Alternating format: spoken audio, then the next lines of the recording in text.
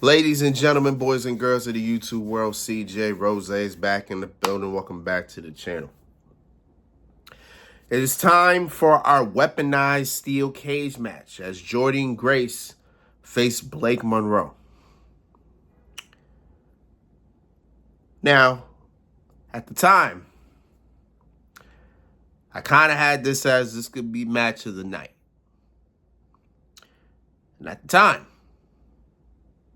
it was. I had it as match of the night. Because that speed championship match, oh my God. I'm like, what? Like, that was, ugh. And then the first match of the night was, it was okay. It was a regular match. But this right here, this specifically told me that Jordynne Grace and Blake Monroe have some great chemistry. Because these two put on another good match. And I appreciate them for that. I do. Weaponized steel cage. It's steel cage. Inside the cage, there's weapons pretty much plastered all over. So we saw chair, trash can lid. We saw a table, kendo stick, a watch apparently, a crowbar, a hair dryer that, you know, obviously you couldn't plug it into anything, but instead the cord of the hair dryer was used to tie Jordynne Grace's hands together, and she was tied onto the ropes. As to where Blake got a pair of scissors and legitimately cut some of Jordynne Grace's hair.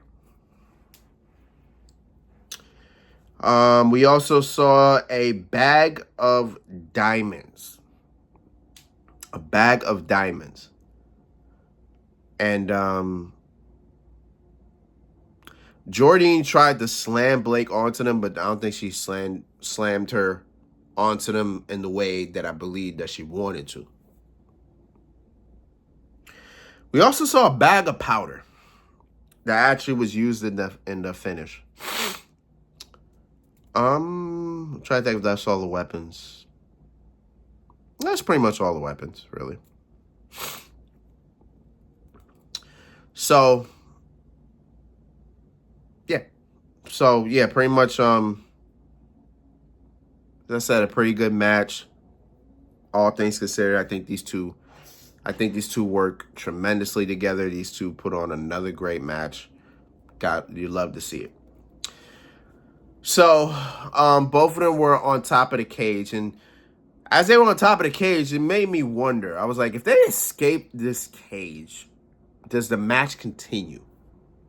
Because apparently there was no, if you escape the cage, you don't win. So my thought process in my mind was, okay, if you escape the cage, then what? Does the match continue? And then the door just opens, they go back in.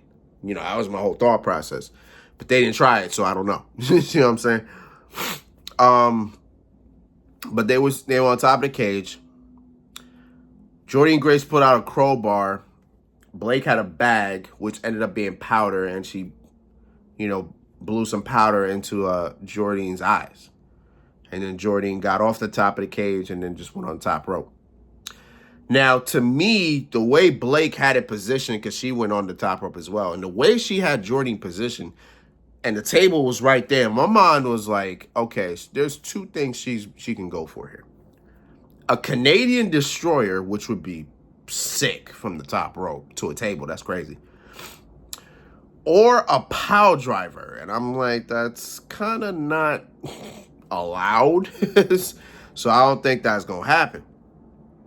Instead, Jordynne, of course, her power overpowered Blake, and then boom, air raid crash through the table. 1, 2, 3. Jordynne wins. So they did exactly what I thought they would do, 50-50 booking. And I was like, all right.